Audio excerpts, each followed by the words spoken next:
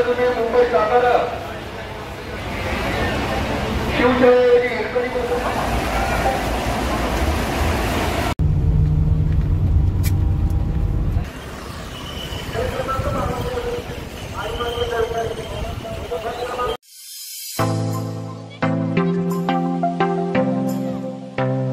जय शिवराय मित्रांनो, मी किरण स्वागत करतो तुमचं आपल्या चॅनलच्या अजून एका नवीन व्हिडिओमध्ये।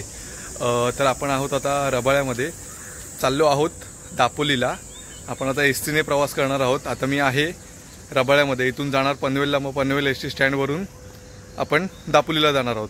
चला आता बघूया पनवेलवरून किती वाजता गाडी मिळते आपल्याला, म्हणजे एसटी मिळते।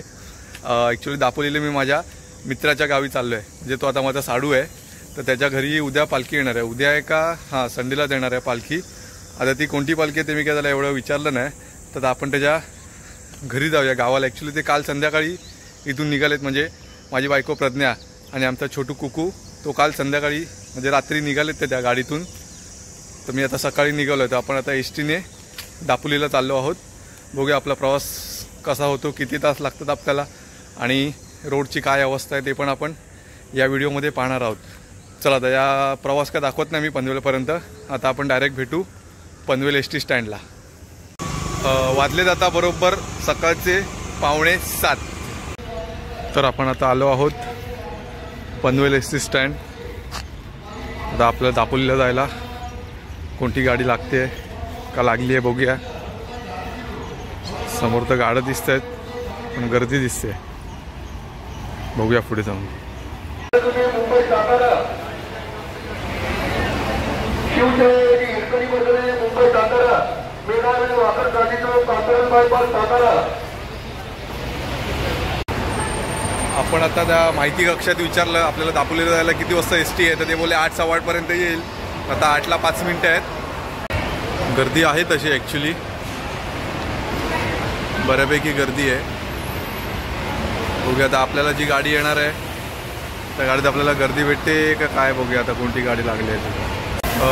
तर फायनली आता आपली ठाणे दापोली गाडी आलेली आहे। 8:15चा टायमिंग होता, 8:30ला आली आहे। आता बघूया किती वाजता सुटते।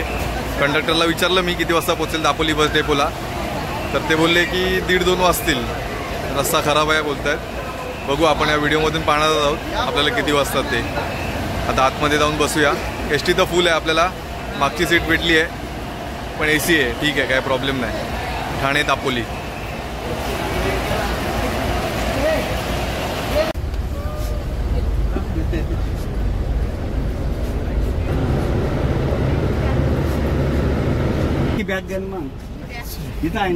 फायनली शेवटची लास्ट सीट मिळालेली आहे।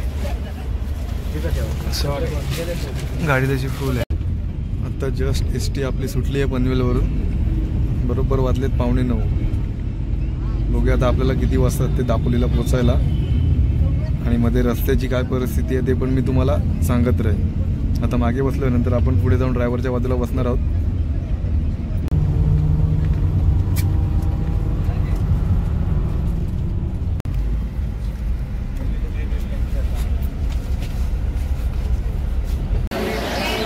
आता जस्ट गाडी आपली रामवाडीला पोचली आहे। मी आता कंडक्टर यांना विचारलं, मास्तरांना, की आता इथून पुढे जेवायला कुठे गाडी थांबेल, तर ते बोलले आता काय थांबणार नाही, आता इथून डायरेक्ट गाडी आपली जाणार दापोलीला। तर ते बोलले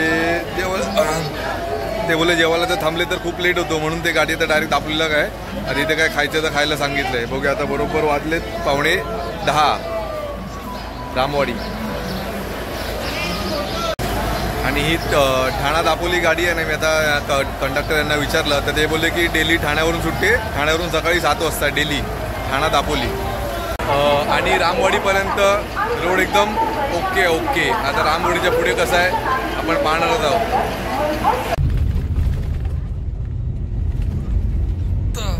पण जस्ट पोचलोय कोलाड नाक्याला। कोलाड नाका आलाय, वाजलेत बरोबर 11:15।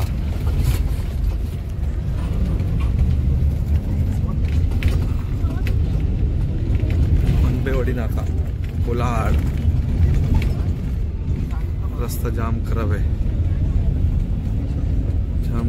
रस्ता।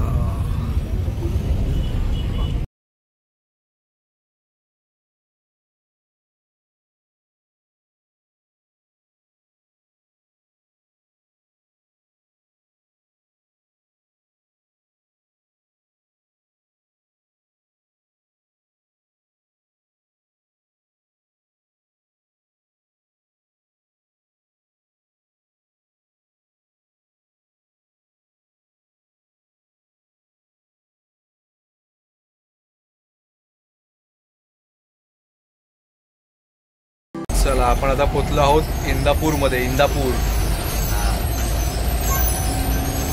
वाजलेत 11:40. आपण बरोबर 8:45ला गाडी सुटलेली, म्हणजे 8:30ला पकडा. 8:30 9:30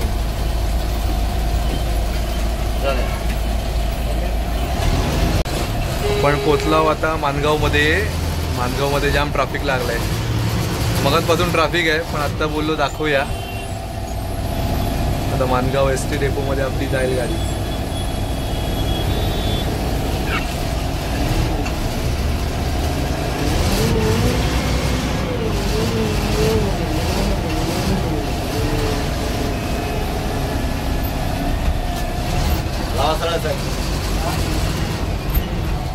माणगाव माणगाव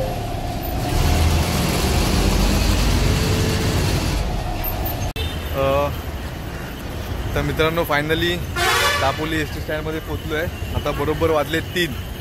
सकाळी 8:30ला गाडी निघालेली आपली पनवेलवरून. तर बरोबर 6 तास लागले. पाठीमागे बघू शकता दापोली बस स्थानक. आता बघूया आपल्या त्या मित्राला साडूला फोन करतो, अक्षयला. तो येऊन थांबलाय. मग इथून त्याच्या घरी जाऊया. पाडले गाव आहे त्याचं. बघूया आता कुठे नेतो पहिला. चला खूप ऊन लागतंय.